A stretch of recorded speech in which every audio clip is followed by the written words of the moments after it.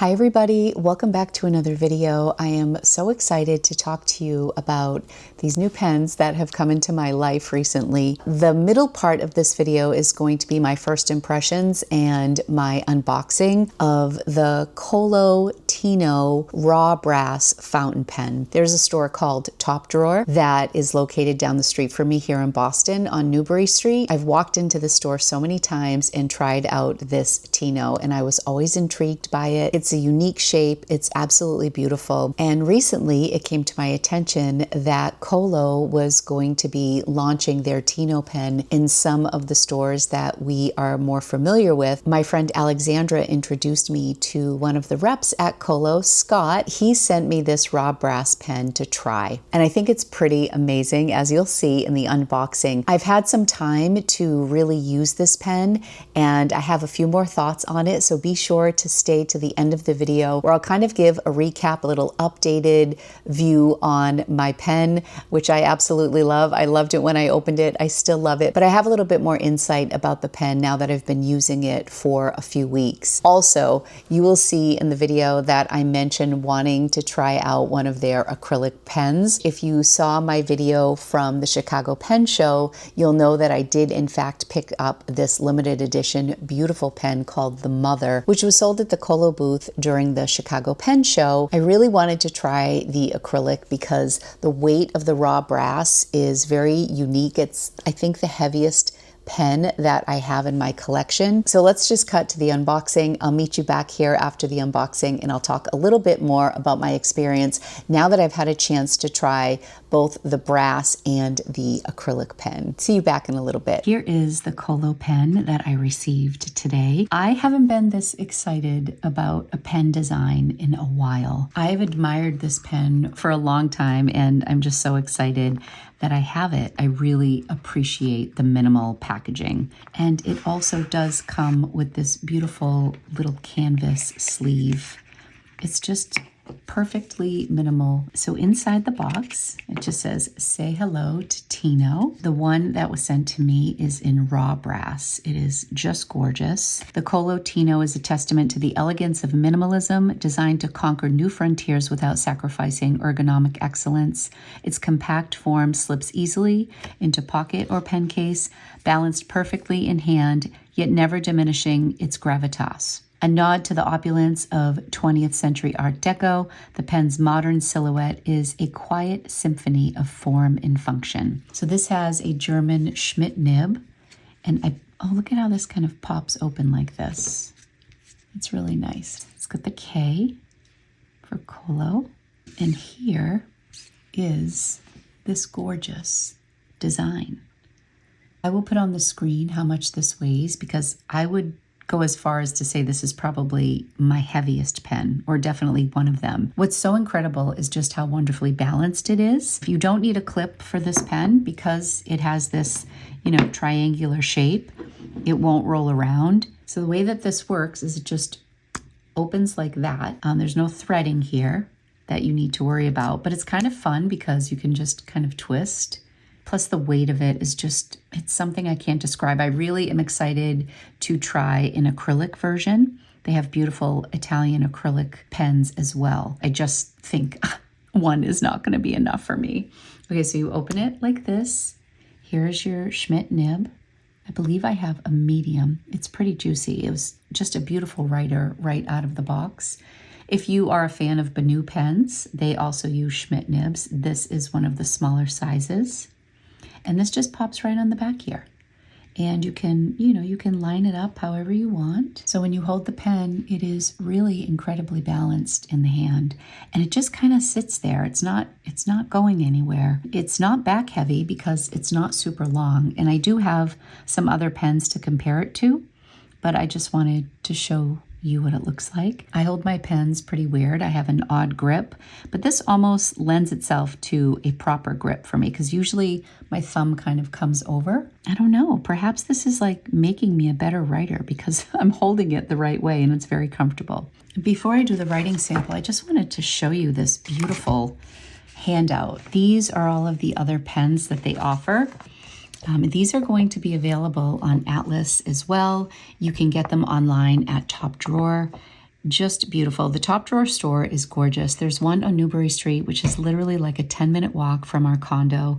And I love popping in there. They have a great selection of watercolor brushes and just beautiful artisan style goods, paper, inks, brushes. They also sell slippers and bags. It's just such a great shop. I absolutely love it. So I have my eye on this Mother. This is a limited edition acrylic. And then this one is really beautiful as well. I think these are their standard line over here. All of these are minimal and gorgeous. I just thought this was so nice. I don't typically get this much when I'm being introduced to a new pen. Bespoke acrylics created by artisans in the Como area of northern Italy, milled raw brass and raw aluminum, German engineered nibs and brass accents. I don't even want to try to pronounce these names, but here's Tino and Michael, conceived in the brilliant minds of these two men, the famed industrial designers from Vienna. The KOLO Tino pen marks an audacious leap in the sport pen category, crafted with uncompromising precision in the artisan workshops of Austria and the Czech Republic. Yeah, my box said made in the Czech Republic here. Tino fountain pen, raw brass, and I thought this was so cool too, distributed by Itoya Top Drawer Corp, Brookline, Mass. This all made me so happy. I'm just so excited to work with this brand. I just popped in here the cartridge that came with it, which was a Kaweco cartridge in black.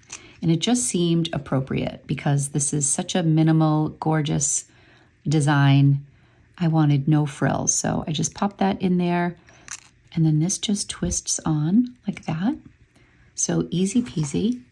I'm gonna put this on. And again, I wish you could hold it because you can't appreciate just how beautiful this is unless you're holding it. Or maybe you can appreciate it, it's gorgeous. So these are just some cartridges. I love the Faber-Castell cartridges as well, and I believe these would work too. So I just popped these over. I was thinking about putting olive green in, but I decided to just stay with the black.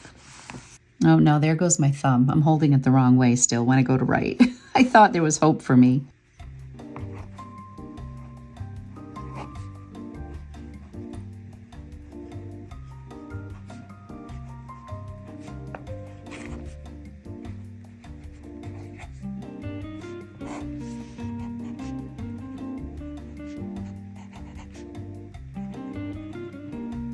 This is raw brass, and this is a Kaweco cartridge.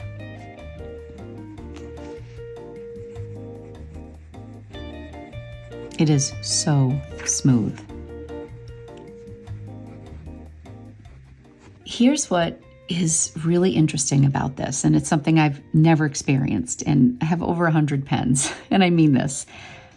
There's something about the weight that makes my writing very intentional. It's actually like the gravity is just like pushing the pen towards the paper in a very natural way. It just feels different.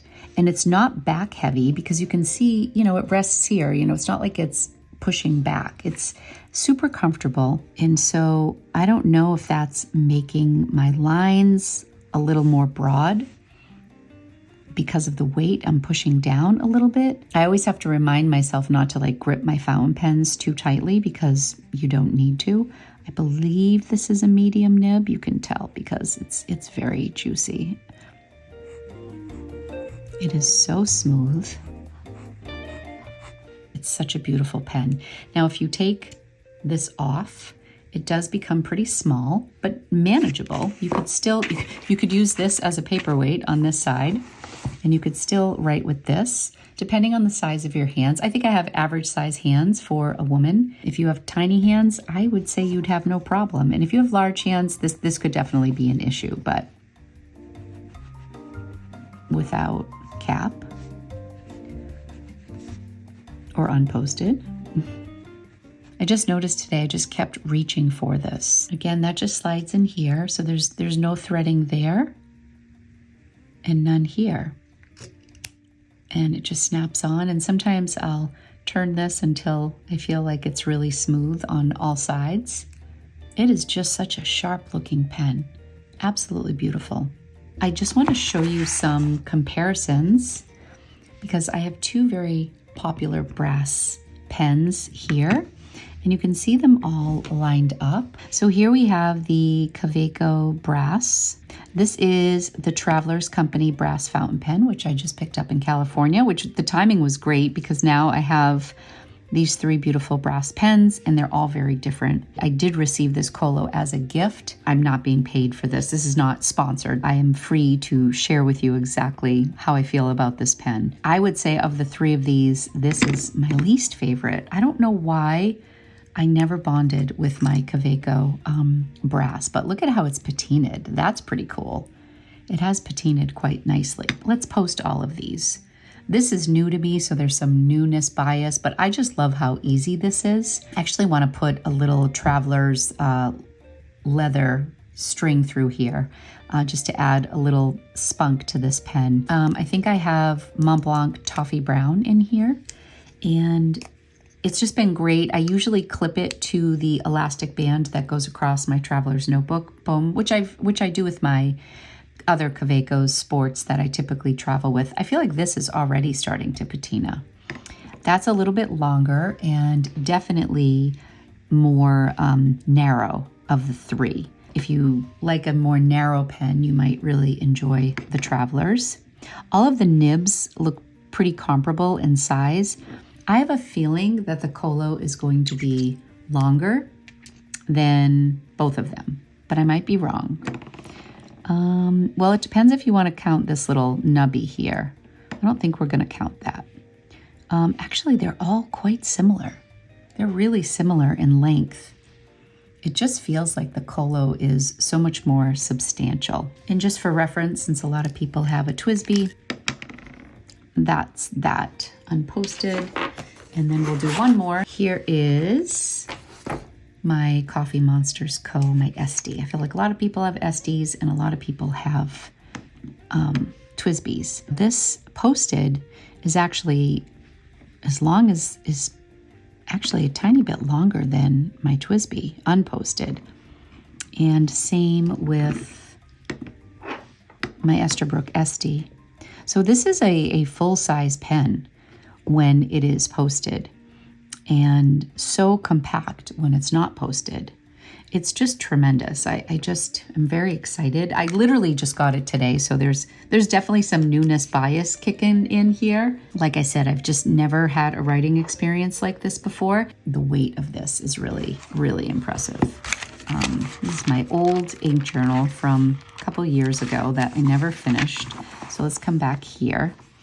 What else can we say about this? You should definitely go to Top Drawer and check out their website. They are a gorgeous shop. I plan on visiting them. Now that I have my Tino, I want to go back. And I do want to get some Kaweco refills, so I will probably go to Top Drawer to pick some up in a variety of colors. I love the Kaweco brown, and their purple is really pretty. Huge thank you to Scott and to the friends over at KOLO. This is going to take our community by storm. That is my prediction. I think it's really unique.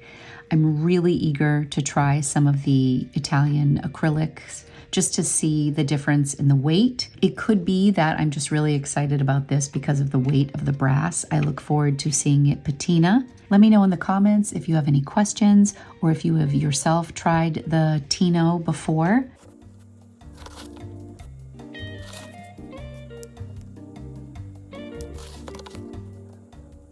Yeah, it's actually really fun for sketching too. I want to objectively think if there are any cons to this pen. I don't know if the fact that it's not smooth all the way down here, if this would bother anybody. It really doesn't bother me at all. There is quite a step down here, so if you like a more subtle step down, you can compare that to the Kaweco.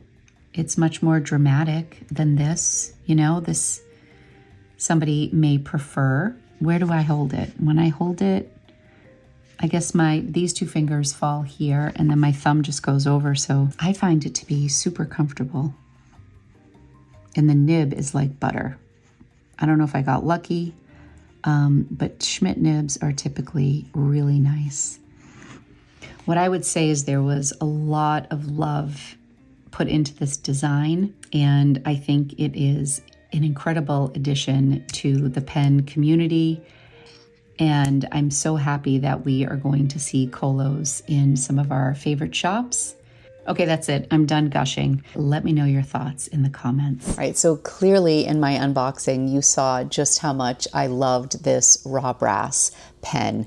I have more weights to discuss with you because I feel like the weight of it is kind of what takes center stage for me. The design is actually really brilliant as well, and there's a lot about this pen that I love. I think I put an overlay in the video of the weight of this, but according to the Top Drawer website, the raw brass fountain pen from KOLO is 69.4 grams, which is hefty. In comparison, the Kaweco brass, online I saw weights between 42 grams and 45 grams. It kind of depended on which site I was on, but clearly we are talking about roughly 25 grams lighter than the KOLO Tino raw brass, which I thought was really interesting. Now, the KOLO Tino aluminum pen is around 28 grams, and then the acrylic pen is 21 grams. So there's quite a variation if you're comparing this pen to a pen like the Kaweco All Sport in the brass version, of course. And then the acrylic is very light. So here's a thought that I've had since I've been using the raw brass one so much since I first got it. To my knowledge, you can only get these in a medium nib, but I do feel like this writes much more broad in the raw brass than it does in the acrylic, and that is simply because of the weight of it coming down. I feel like I write a little bit more slowly with this pen versus the acrylic. It could just be the black ink, it could just be this nib, there could be a little variation. I also noticed that I tend to enjoy writing with this more when I'm sitting at a desk. I write in my journal every single day, and in the morning specifically, I write in my morning pages, and I have a Leutram A5 size, so it's a hardback, like this little mini version. This is my commonplace book that I use off and on. I'm not super consistent with it, but I wanted to write some of my information about KOLO in here. But when I'm writing in my morning pages in my Leutram, it does get a little heavy when I'm writing on an angle like this, which is kind of how I write. Oh, I write on my lap, so it's just not like writing at a desk. I love the look of this pen. I'm a little worried that it could be a little prone to staining because there are some slightly transparent parts to it, which is also part of the beauty. The other acrylics are solid. This is the limited edition one, and the limited edition pens run for $195 US, and the raw brass, the raw aluminum, and the solid acrylic pens go for $150 US. I would say that the acrylic pen, while beautiful, is more of a standard experience. I went on and on in my unboxing about how this was like nothing I had ever written with, and I stand by that still. But I can also see people just thinking it's too heavy. If this were any longer, I feel like it would be back weighted, but because of the size of it, with the size of my hand, it just really is perfect when I'm writing. And that's why I really appreciate the design of this. I feel like so much thought went into this design. And it's also evenly distributed. I struggle sometimes with pens that have a metal cap. So for example, I have the Montblanc Glacier in the Douai, if I'm saying that correctly. All of the beauty is in the cap, in my opinion, on that pen. But when I post the pen, it's really back heavy. So then I find that I'm always taking the cap off, and then I'm left with just the precious resin from Montblanc, which is still lovely, but it's not as beautiful as when it is posted. With this, because it's all brass, it's just all part of the design, and it's gorgeous, and it's much better balanced. And I don't know if it's just because the base of the pen is also brass and not just the top, so it's not top heavy. I don't know if it's because it's a shorter pen, it's a little bit more compact. I'm really happy that I got the Mother because I just think it's beautiful. I think it's a practical, everyday carry. Both of these, I think, are great purse pens, and KOLO has a really beautiful line of pen cases as well. They have a really beautiful tweed one that I'm planning to get that I think will complement both of these pens really nicely, and I think it's like $35. Let me know in the comments if you know of any other companies who are carrying the KOLO brand. But I've been back from Chicago for a couple weeks now, and I've had both of these pens in my regular rotation, and I really love them both. I also picked up, while I was at the Chicago Pen Show, the small cartridge converter for the Kaweco, and it's got this little piece that bends, so it takes up less room. It kind of tucks itself in. And I really like this option because I was able to use some of my own ink for this. So I think I have Toasty Jogger in here, which is an ink that I picked up from Amarillo Stationery at the Chicago Pen Show. So I like to have that option, but the cartridges are super easy. Even though this clips to me, it ends up flopping forward, so I really hope that the audio is okay. Sometimes it's just easier to hold it, but then I can't show off some of the things that I want to share with you. Clearly, if you like lightweight pens, you will probably prefer the acrylic version, and if you like a nice weighty brass pen, I think you're going to absolutely love their brass version. Thanks again to the folks over at KOLO for sending me the brass pen. I think you've created a monster, because now I'm looking at the wasabi pen, which is like a cool, like an avocado green. I love that. There's also one that's like a really deep burgundy color as well. So many gorgeous pens to choose from. These little Schmidt nibs are incredibly smooth, and I think that this is an approachable pen for a lot of people. I'm really curious to hear how you enjoy the KOLO Tino. That's all for today. I will be back soon with another video. Be sure to subscribe if you would like to see more from me, and give this video a thumbs up if you had a good time, and I will see you soon. Take care, everybody.